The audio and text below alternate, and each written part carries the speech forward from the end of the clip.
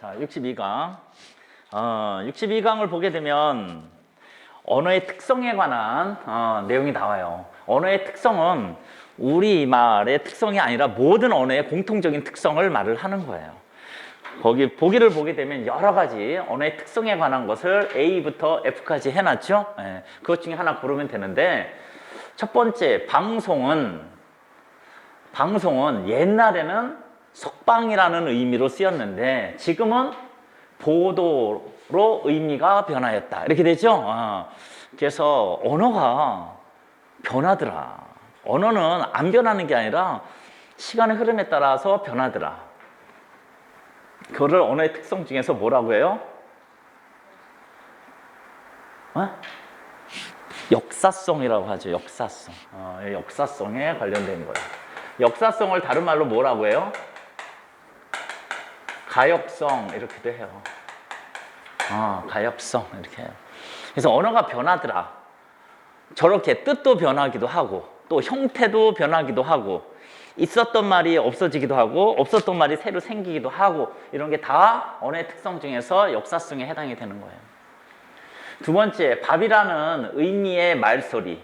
밥이라는 의미의 말소리, 밥을 내 마음대로 법으로 바꾸면 다른 사람들은 밥이라는 의미로 이해할 수가 없다, 이렇게 되죠. 이건 뭐예요? 언어는 그 언어를 쓰는 사람들끼리 일종의 약속 관계다. 약속 관계이기 때문에 개인이 마음대로 바꿀 수는 없다. 바꾸면 의사소통이 안 된다, 이런 거죠. 사회성에 해당이 돼요. 사회성. 그래서 위에 거 역사성, 가역성은 어떤 말로 변한다라는 말로 쉽게 말을 할 수 있는데, 사회성은 약속이다. 약속 관계다, 이런 뜻입니다. 종이가 찢어졌어 라는 말을 배운 아이는 책이 찢어졌어 라는 새로운 문장을 만들어낸다. 무슨 말이에요? 인간은 똑같은 말을 되풀이하는 게 아니다. 상황에 따라서 자기가 여태까지 배웠던 말을 토대로 해서 그 상황에 맞는 말을 막 만들어낸다, 이런 뜻입니다. 뭐죠? 여러분들이 많이 알고 있는 거는 그건데 그 단어가 없네요, 여기에. 그렇죠? 여기서는 개방성이 되겠어요. 개방성. 다른 말로 뭐라고 또 할까요? 여러분이 많이 알고 있는 창조성. 그렇죠. 창조성. 이렇게 되겠어요. 그 다음에 오늘이라는 의미를 가진 말을 한국에서는 이렇게 말을 하면 안 돼요. 오늘이라는 의미를 가진 말을 이렇게 하면 안 된 거죠. 이 오늘이라는 사전에 뜻풀이를 해줬어야 되는 건데, 하여튼간 오늘이라는 의미를 가진 말을 한국에서는 오늘이라고 말을 하는데 영어에서는 today라고 말을 하죠.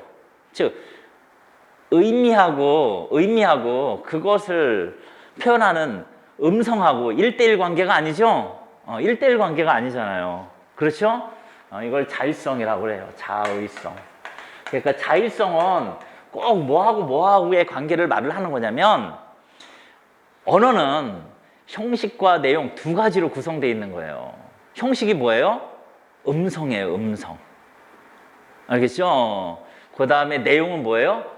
뜻이에요. 그러니까 음성, 즉 사람이 입에서 내는 그 소리라고 해서 다 이게 언어가 되는 게 아니라 거기에는 뭐를 담고 있어야 돼요? 의미를 담고 있어야 돼요. 그래서 이 의미와 음성과의 관계가 필연적인 관계가 아니다. 의미와 음성적인 관계는 그 언어를 쓰는 사람들이 자기들 마음대로 결합시켜 놓은 거다. 그래서 그것을 자율성이라고 말을 해요. 그래서 얘는 음성과 의미의 관계를 말을 할 때 쓰는 거예요. 그 다음에 언어는 연속적으로 이루어진 현실 세계를 불연속적인 것으로 분절하여 표현한다. 분절이라는 말이 나왔어요. 그렇죠? 분절성이에요.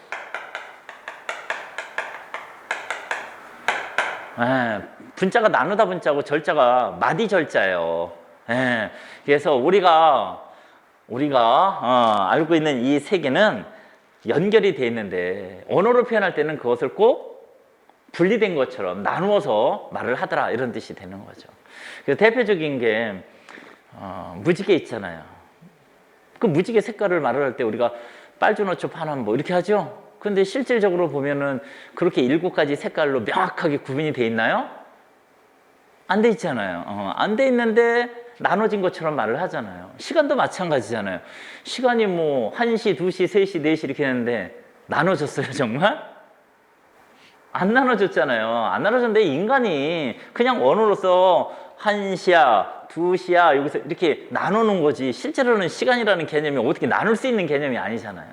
예, 이런 거 다 말을 하는 거예요. 그 다음에 이 추상성이 이제 안 나오는데 여기에 추상성이라는 게 무슨 말이냐. 언어는 그 언어로 표현하는 이 세계를 구체적으로 표현하는 게 아니다. 구체적으로 표현하는 게 아니다. 자, 예를 들어서 보세요. 제가 말을 해볼 테니까 한번 여러분들 머릿속에서 떠올려 보세요. 자, 꽃. 자, 말을 했어요. 제가 꽃 이렇게 했어요. 자, 머릿속에서 꽃을 떠올려 봤나요? 자, 무슨 꽃을 떠올렸어요? 장미요? 무슨 꽃이요? 튤립? 예. 예? 개나리. 점점 소박해지네. 저는 조미숙을 떠올렸는데, 농담한 거예요. 조미숙 와이프예요. 자, 근데 하여튼간 꽃이라는 말이 여러분들 머릿속에서 내가 꽃 말을 했을 때 똑같이 생긴 꽃을 다 떠올린 게 아니잖아요. 다 제각기 3명한테 물어봤는데 3명이 다 다른 꽃을 떠올렸잖아요. 근데 우리가 꽃이라는 언어는 그 수많은 개별적이고 구체적인 꽃들을 어떻게 한 거예요? 공통성을 뽑아내서 걔를 그냥 일반화시킨 것에 불과한 거죠. 알겠죠? 그 대상을 구체적으로 언어로 표현하는 게 아니죠. 근데 여기서 한 가지 더 한다면 요건 이제 언어학자들 사이에서 약간 논란이 되는데, 그럼 이 세상에서 하나밖에 없는 대상을 가리키는 말이 있잖아요. 그거 뭐죠? 명사 중에서 이 세상에 하나밖에 없는 대상을 가리키는 명사, 고유명사 있잖아요. 고유명사는 딱 하나밖에 없잖아요, 이 세상에. 그럼 고유명사는 하나밖에 없으니까 이 추상성이 있을까 없을까? 여러분들 이걸 생각을 해보세요. 자, 한번 제가 말을 할게요. 2가지를 말을 할게요. 자, 한라산. 자, 떠올렸어요, 한라산? 고유명사잖아요. 그렇죠? 근데 한라산 이렇게 하니까 여러분들 한라산 머릿속에 떠올린 한라산을 그림으로 그려보려면 똑같이 그릴까요? 똑같이 안 그릴 거예요. 그렇죠? 제 안 사람 이름이 조미숙인데, 조미숙 고유명사잖아요. 조미숙이라고 언어로 말을 하면 여러분들 머릿속에서 선생님 안 사람 머리가 얼굴이 사진처럼 떠올리나요? 안 떠올리잖아요. 나는 개인적으로 고유명사도 추상성을 갖고 있다라고 말을 하는데, 대부분의 언어학자들은 고유명사는 이 세상에 하나밖에 없는 거기 때문에 추상성이 없다라고 한대요. 그래서 거기다가 좀 써놓을래요? 다른 단어들은 다 추상성이 있는데 고유명사는 추상성이 없다. 자, 그 다음에 창조적 독해가 현실적인 문제 해결 방안으로 활용될 수밖에 없다. 이렇게요. 예. 여기서는 뭐 하나밖에 문제가 될 거 없죠. 근데 저번에 몇 번 나왔죠. 여기에 활용되라고 수밖에 요건데요. 요 수 같은 경우는 앞에 대하고 띄어 쓰는 건 뭐 이제는 당연한 거죠. 근데 요 밖에 같은 경우 한 단어로 취급을 해준다 그랬었죠. 근데 요 밖이라는 말이 앞에 말하고 띄어 쓰는 경우는 딱 한 번밖에 없다. 어떤 경우로 했었죠? 안박 할 때 그 박. 나머지는 다 붙여 쓴다. 이렇게 생각을 하시고요. 그 다음에 사소한 오해로 철수가 나하고 사이가 멀어졌다. 여기는 큰 문제가 없을 것 같아요. 예.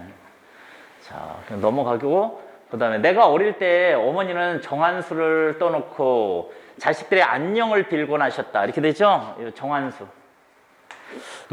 정안수가 아니라 정화수예요. 화수, 정화수.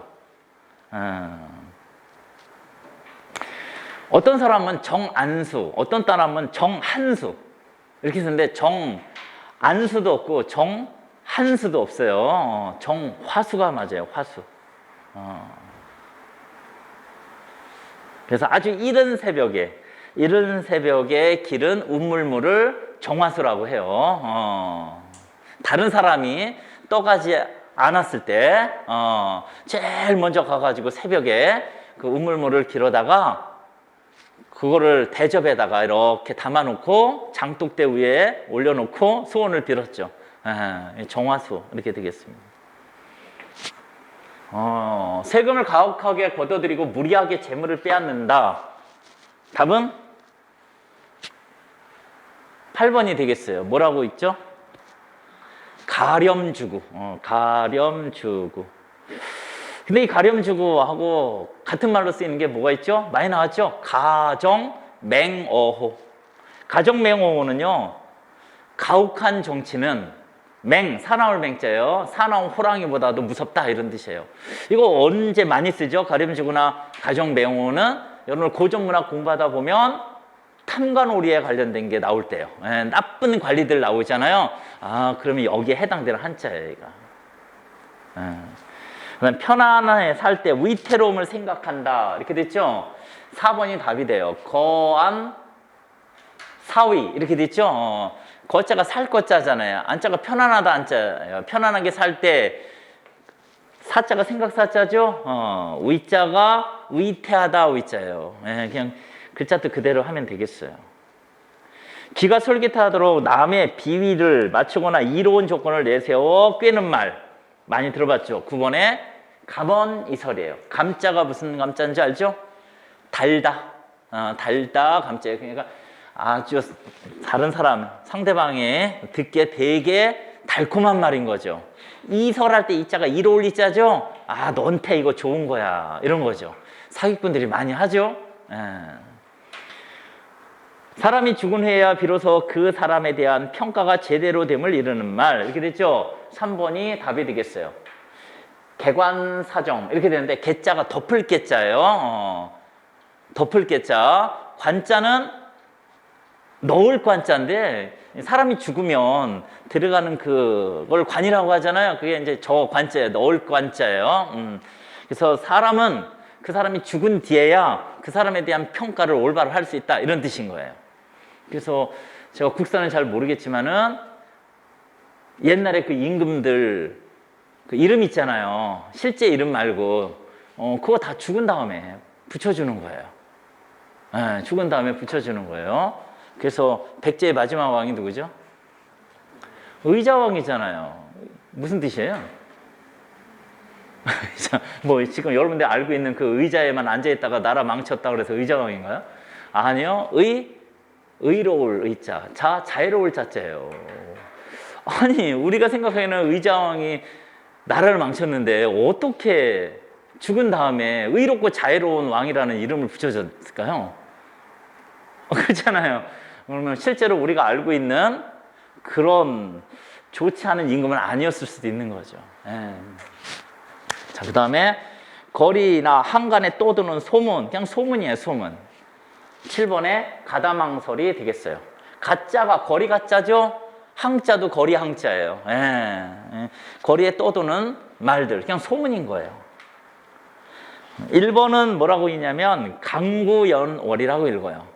강구는 몰라도 돼요, 여러분들. 근데 그 연월이라는 거 있잖아요. 그 연 할 때 그 연자가 연기를 뜻하고요. 월자가 달월자잖아요.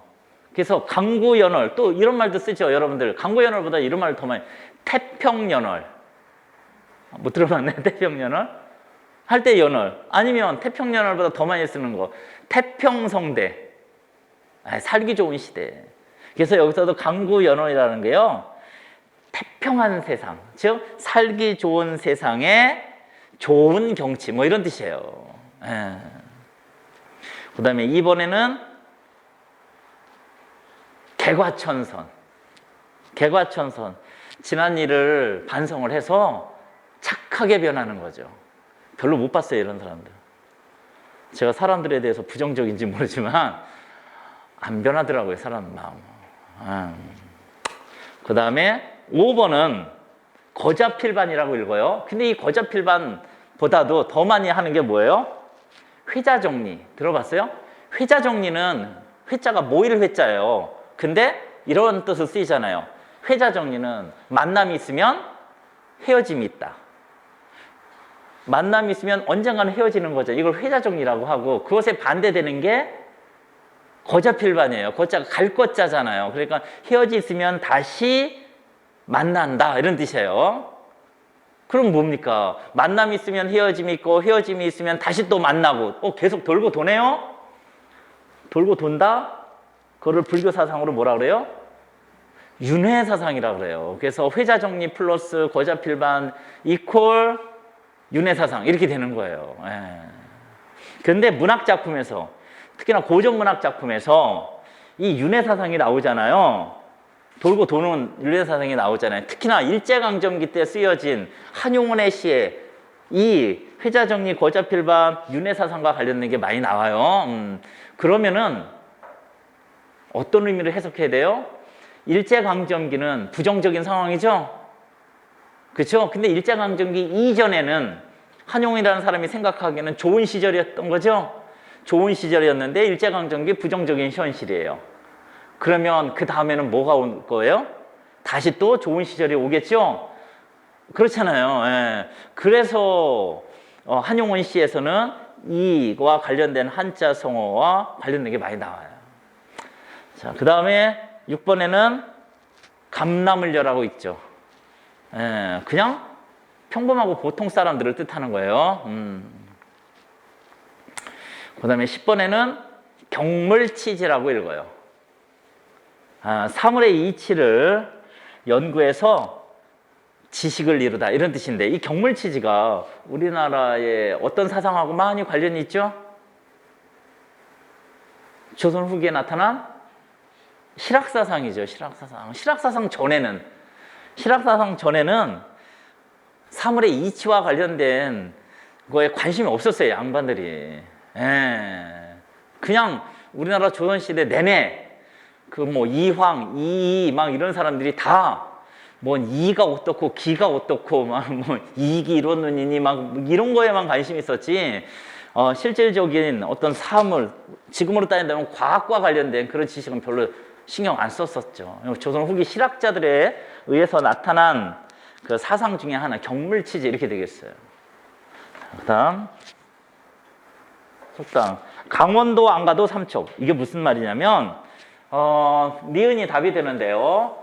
방이 몹시 추움을 비유적으로 이루는 말, 이런 뜻이에요. 우리나라의 강원도가 좀 춥죠. 근데 강원도 안 가도 삼척이라고 할 때 이 삼척이 강원도에 있는 그 지역 이름이 아니라요. 조선시대에 삼청이라고 불리는 기관이 있었어요. 삼청이라고 불리는 기관이 있었는데, 이 삼청은 저 임금의 호위 기관이라고 생각하시면 되는데, 이 사람들이 있는 그 방엔 불을 안 뗐대요. 불을 안 뗐다는 거예요. 겨울이 되어도. 이유는 모르겠지만, 그래서 강원도 안 가도 삼척이 아니라 원래는 삼청이에요. 삼청인데 이게 조금 바뀌어져 버렸어요. 그 다음에 갑바치 내일모레. 갑바치가 뭐냐면 가죽신을 만드는 사람들 있죠? 가죽신을 만드는 사람들을 갑바치라고 해요. 근데 갑바치한테 이 가죽신을 만들어 달라고 부탁을 했는데 계속 약속을 미루는 거예요. 그래서 리을처럼 답이 돼요. 그래서 갓에서 좀 난다. 아까 말했던 갑바치 할 때는 지읒이었죠. 근데 밑에 갑 할 때는 뭐였었어요? 치읓이죠? 이 갓이 가죽을 뜻하는 거예요. 근데 좀 난다 할 때 그 좀이라는 것은요, 벌레예요. 특히나 이 가죽을 갉아먹는 벌레를 좀이라고 해요. 그래서 가죽을 갉아먹는 벌레는 가죽에서 난다, 이런 뜻이 되게 되는데요. 1번이 답이 되는 거죠. 화근이 그 자체에 있음을 비유적으로 이른다. 이렇게요. 그 다음에 개꼬락선이 미워서 낙질한다. 이게 무슨 말이에요? 개가 싫어서요. 개가 아주 싫어서요. 낙지를 산다는 게 뭐예요? 개는 뭘 좋아하죠? 개한테 이거 던져주면 하루 종일이 아니라 며칠간 이것만 계속 빨고 있잖아요. 뭐죠? 뼈다귀잖아요. 그러니까 개가 미우니까 뼈다귀 있는 거 사지 않고 뼈다귀가 없는 뭘 산다라는 거예요? 낙지 산다 이런 뜻이에요. 예. 이렇게. 그래서 자기가 미워하는 사람에게 이롭거나 좋은 일을 하지 않겠다라는 것을 이르는 말 이렇게요. 그 다음에 강물도 쓰면 준다. 뭐 이거는 풍부하다고 해야 함부로 헤프게 쓰지 말라는 말 이렇게 되죠. 됐어요? 예, 여기까지입니다.